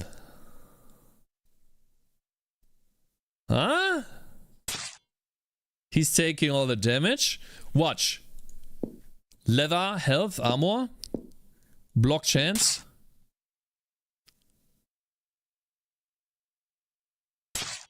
He's taking less damage now because he has armor. You see that? Health, armor, knockback resistance. Even more health. Wait, he's taking no damage anymore. He's taking no damage. They don't have enough damage to hurt him. Lol. Oh, he has too much armor now. Lol, he's taking 0 damage. I wonder if that isn't. I mean, this is a... He's not doing any damage. He's not doing any damage because he keeps using the intervene ability on a 1 second cooldown, that's why. The intervene, like there is no... I should have something like this where I do shh, right? And then it makes a glowy effect. I don't have a, what do you call that? Animation so that the sword looks like it's animating or it's casting a buff. It's all just slash, but I will add such an animation.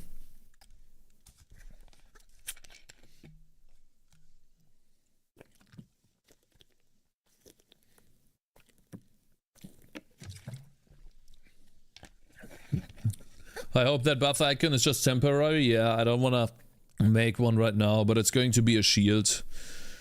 It will be something like the following. Let's see here. Gonna take one of my shields here, something like this maybe. It's going to be 16 by 16. Yeah, something like that. You see that? This one, actually. Now, fuck off! I didn't click that, bro. This one here. Try that.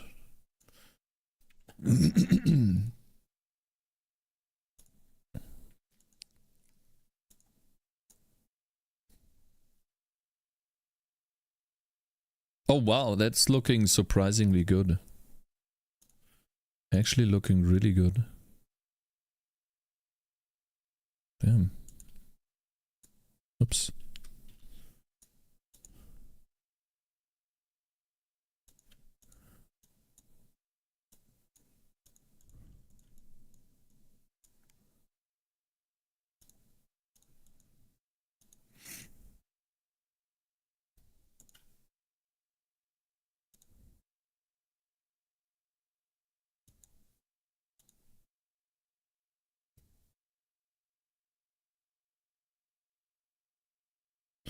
Or wait, we do that in completely dark. It's too dark. Shit.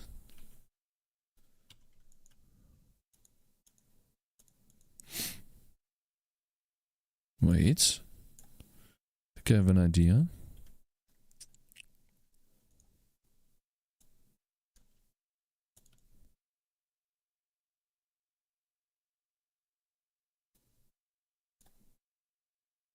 Nah, that looks bad. It looked better before.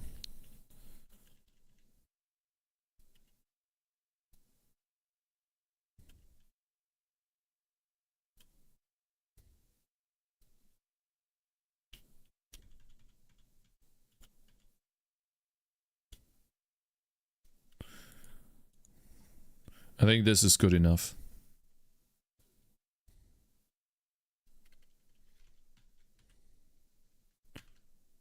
All right. 16 by 16.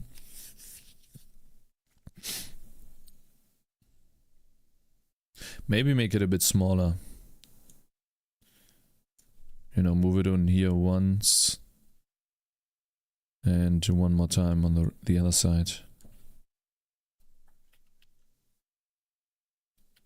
And we can move that in here too. Maybe that one as well. Oh yeah. I really like that.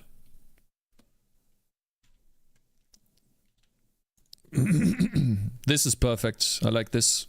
This is great. And we can add in some more shadow here to the left to make it look like the shield is actually, you know, a little bit round. Not much, but you know, a little bit.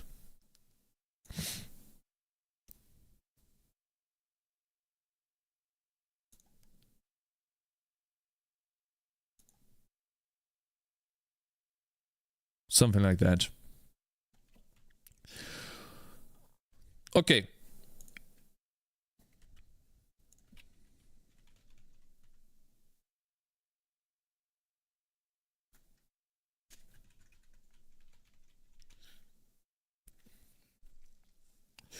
Where do we put this? Items in general, town, mission previews. Chest open, money bag. I guess we'll put it here as Aseprite. Icon shield.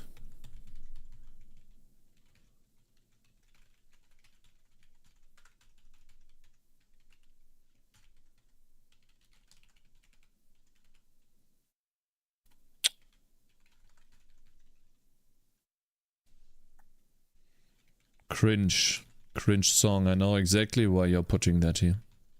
Fuck you. Very cringe song, I have to say. That's chat's music. Mm-hmm. Very funny. Plum plum plum plum plum. That is 944 and 48.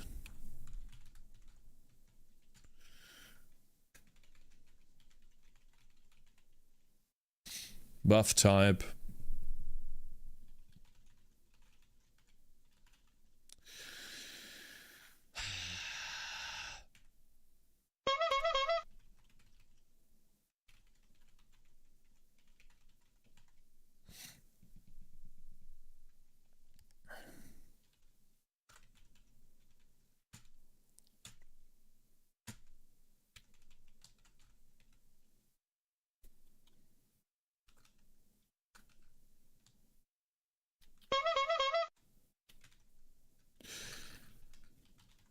Sprite icon shield.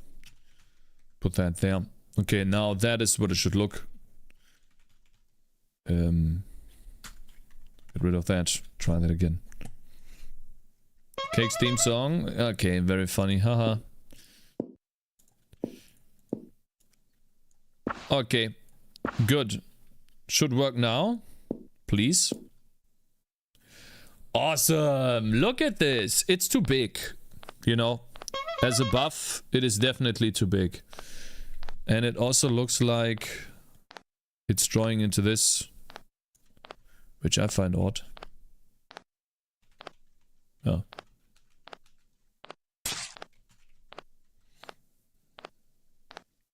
It looks very trash. Okay, bro. You're overreacting like always.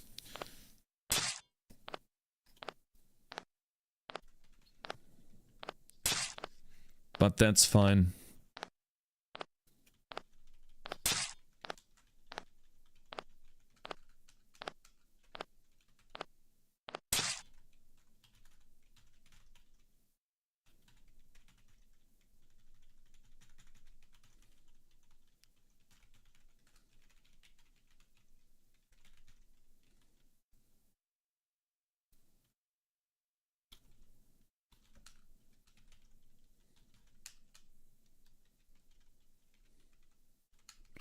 Draw sprite.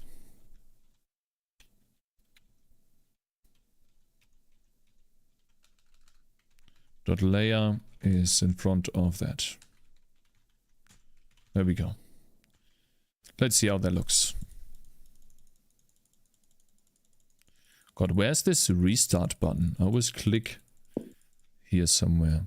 Okay. Let's make a save point.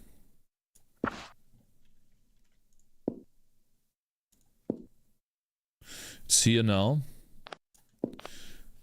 I actually clicked slow down. Plus 16 may be a bit too much. How about 10?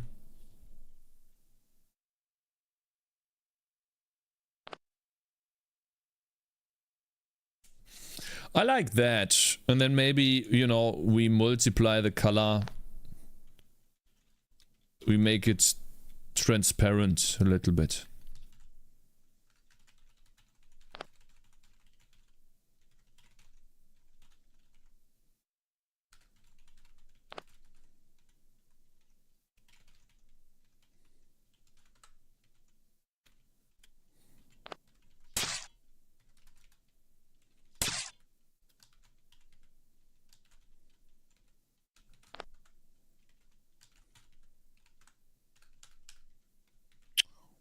Fuck, man, I hate that.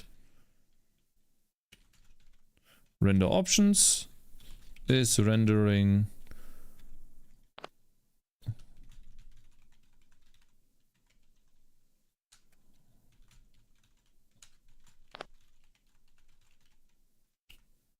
Transparent. Let's see if this works. And how this looks. What do you think? It's 80% opaque. This buff should disappear, by the way, because it doesn't have an owner anymore.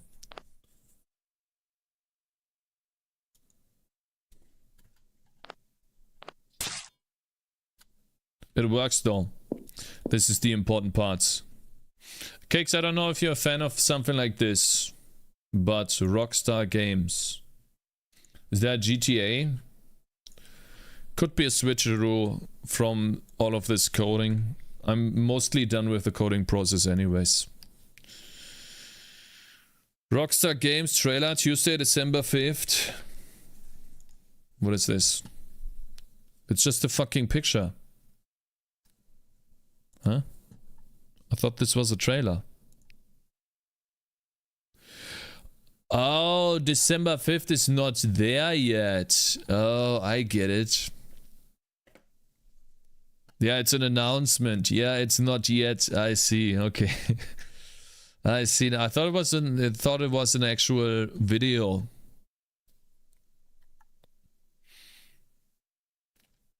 It's GTA, right? Yeah, we'll see. I mean, we can look at it, but I've never played any GTA, so yeah. Not a big player.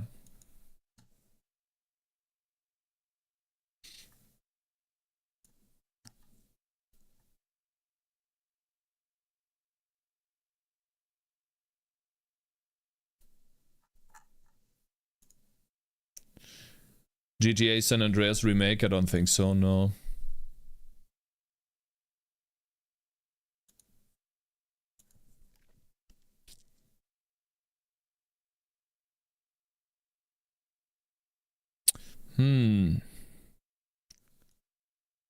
Cakez only plays games that contain shields.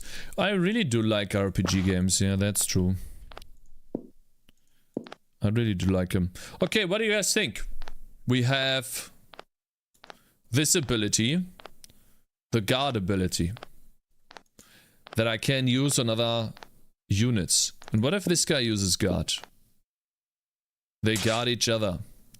And now they don't take any damage anymore because they both have 100% damage reduction on themselves.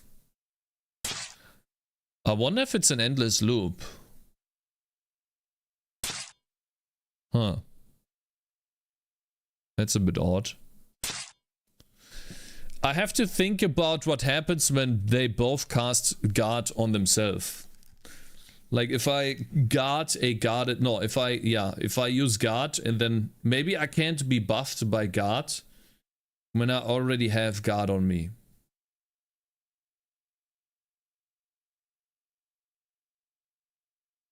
We'll have to see.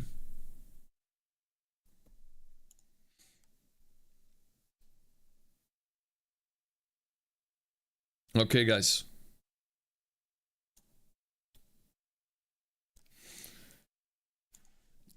I'm going to go offline now because it took me 3 hours and 30 minutes to get this done.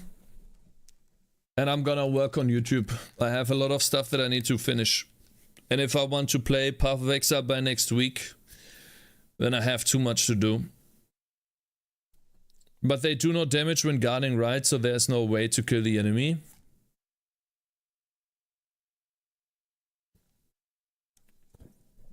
Time for a throwaway project. Holy full game dev stream. Yeah, we just did game development and we also reacted to Path of Exile. They do not get damage when guarding, right? I think there's a guarding problem and I don't want to deal with that right now because it would take too much to think. And I don't have enough time for next week to get my stuff done. So I'm gonna raid Dev Spudges.